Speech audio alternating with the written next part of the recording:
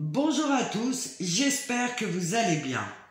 Merci à tous les abonnés, merci pour vos commentaires et toutes les personnes qui mettent des cœurs rouges. Allez-y mollo, parce que je vais fuir en fait. Non, je plaisante. Alors, je voulais vous parler du yin, de l'inconscient, de la cabane du yin qui représente l'inconscient, bien entendu. Je voulais vous donner une petite précision.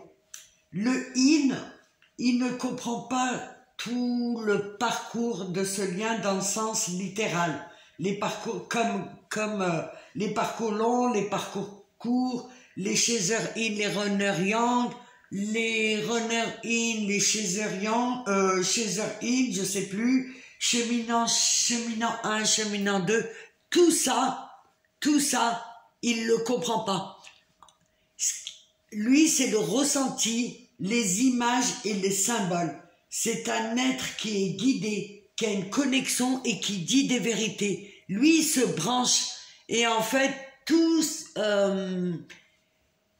qui est autour, on a beau faire ce qu'on veut, surtout les yang, ça marchera pas. Il se branche, en fait, il se branche sur l'énergétique.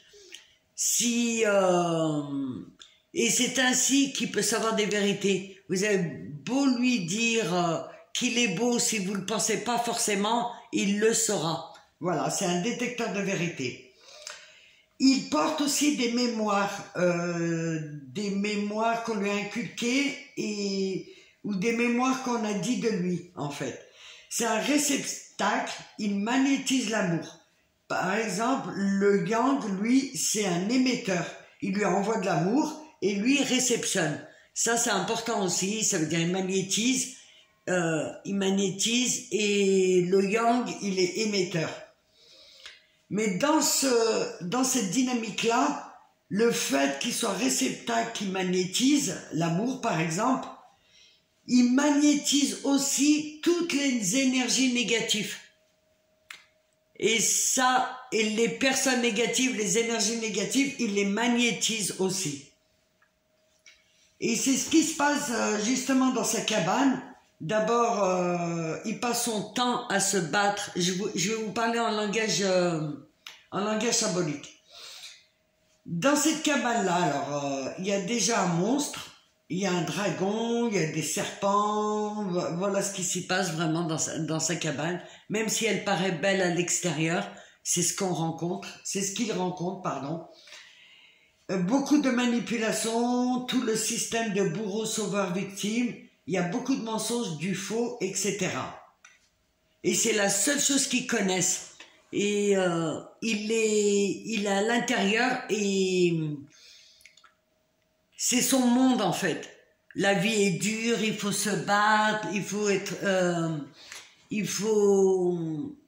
se battre, mais il va se battre beaucoup avec des énergies négatives.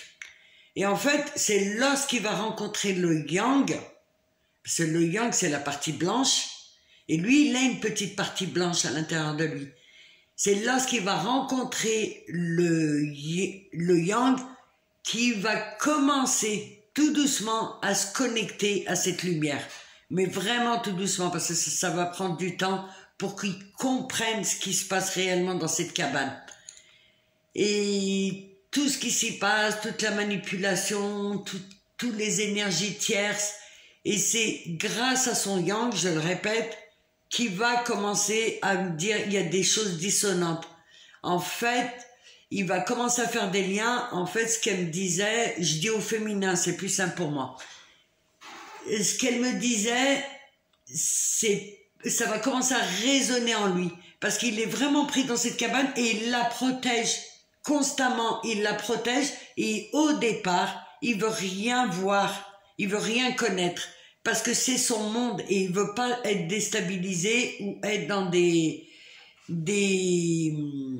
méandres encore plus pires parce que il a peur de l'inconnu, c'est ce que je vous avais dit. Et quitte à ce que ça soit du négatif, c'est ce monde-là. Et c'est grâce au yang, du moins avec la problématique elle aussi qu'elle va apporter, ça va faire résonance. Et c'est de là que ça va commencer à... Il va commencer doucement à cogiter. Et dans un premier temps, il va rester dans cette cabane qu'il va protéger. Voilà, je voulais vous faire une petite capsule. J'espère qu'elle vous sera utile. En attendant, je vous dis à très vite et passez une bonne journée. Au revoir.